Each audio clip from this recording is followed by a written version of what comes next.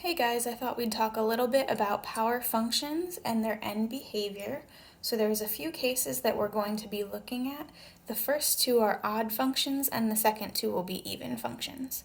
So if you come across a power function that has a coefficient that's positive and the power is odd, so 1, 3, 5, 7, 9, etc., then you're generally going to get a pattern where the left end is going down or pointing down and the right end is pointing up.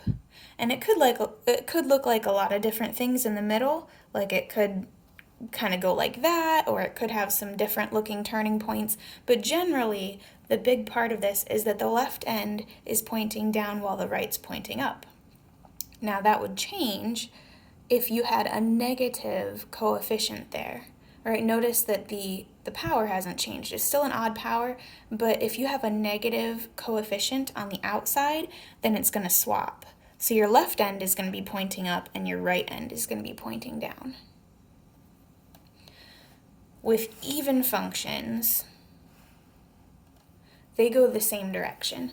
So if you have a positive coefficient and then your power is even, then both of your ends are going to be pointing upwards. And again, it could do some funny looking things in the middle, like it could just be a parabola or it could be something that looks like that.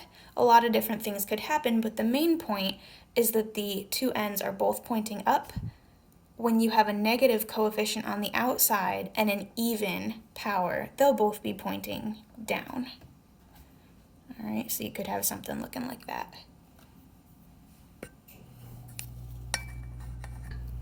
Something else I'd like to talk about would be approximating the end behavior of a function by using a power function.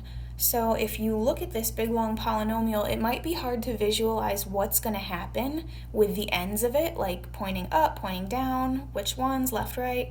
So what you can do is approximate it with a power function by looking at the term that has the highest power. So as I go through these, that's to the fourth squared, to the seventh, to the first, and technically this would be x to the 0. It doesn't have any x on it at all. So this one is the term that has the highest power. That's what's going to determine the end behavior. So I could use a power function that would just be like y equals anything times x to the 7th, anything positive, because this is a positive 2.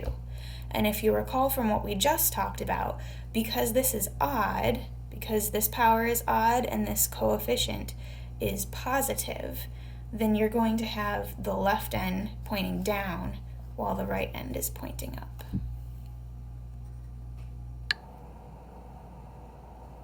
Okay, and one last example here. To approximate this function here, again, look for the term that has the highest power. That's going to be negative x to the 4th. And so I could approximate this with a power function that would be something else with negative x to the 4th. It could have a number in front, it doesn't have to, but the point is that these would both have ends that face down. If you guys have questions, feel free to email me, or we could Zoom. Just let me know.